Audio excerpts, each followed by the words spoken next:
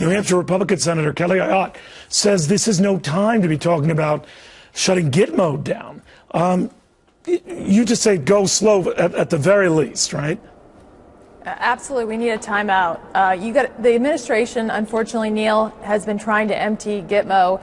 They transferred 15 detainees in December alone, 4 to Afghanistan on December 30th. And what they're doing is these were designated either high risk or medium risk in the past. We're talking about people who have been associated with Al-Qaeda or have been involved in planning attacks or participating in attacks against our troops. So these are not minor players. They're trying to transfer them all out of Gitmo. And look at the security situation we're facing around the world. So we've introduced legislation today, myself, the chairman of the Armed Services Committee, the chairman of the Intel Committee in the Senate, that would put a 2-year moratorium on the transfer of medium and high risk detainees. It's a timeout and also a prohibition on transfer to Yemen.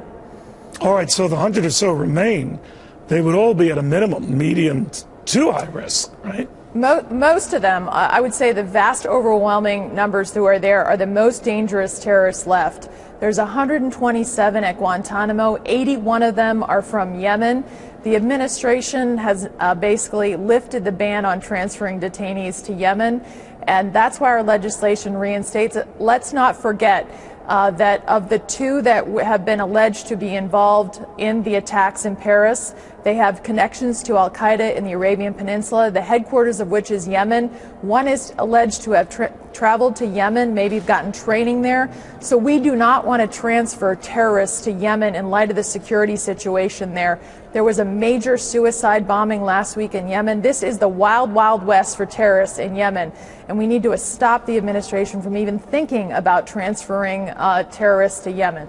You know, Senator, their argument is they just don't dump them off in any of these designated countries.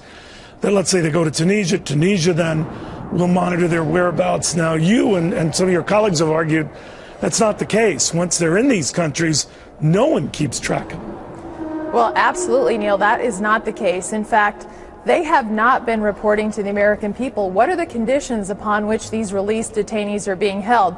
The public information is those that were released, 4 of them on December 30th to Afghanistan, went back to their families. Remember the Taliban 5? We understand that they are eventually making it back to their families if they're not already there. And here's the problem. We know with those that have alleged to have been involved in what happened in Paris, they were under surveillance for a while. So surveillance is not sufficient when we're talking about dangerous terrorists and the security climate that we're in right now and the threats that we face around the world. Senator, do you mind if I do a quick political 180 with you? Mitt Romney has indicated that he would be open to another run for president. You were a big supporter of his and one of his early bedrock of support at that.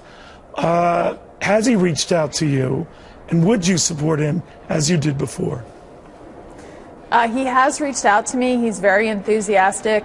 When I spoke to him the other day on the phone, listen, he, no question, very qualified. He's someone who you think about this national security issue and what happened in some of the debates where the president claimed that Al-Qaeda had been decimated. I think he feels vindicated on many of those issues with Russia invading Ukraine.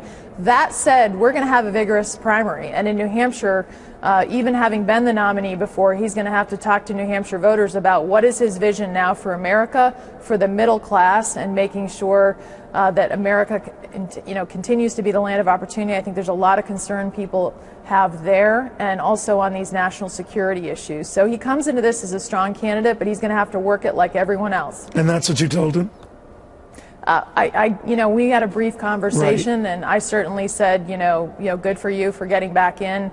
And we talked a lot about the dynamics in New Hampshire. With the exception maybe of Carly Fiorina, Senator, no women in that mix. Your name had come up a few years ago as someone who would make that mix interesting. What do you think? Well, that's really interesting, Neil, but I'm going to be focusing on running for re-election for the United States Senate because I believe that there's so much more that we need to do for the country in the Senate. I'm glad we're going to get the Senate back on track, but there'll be a lot more to do, and that's my focus. All right, Senator, thank you very, very much.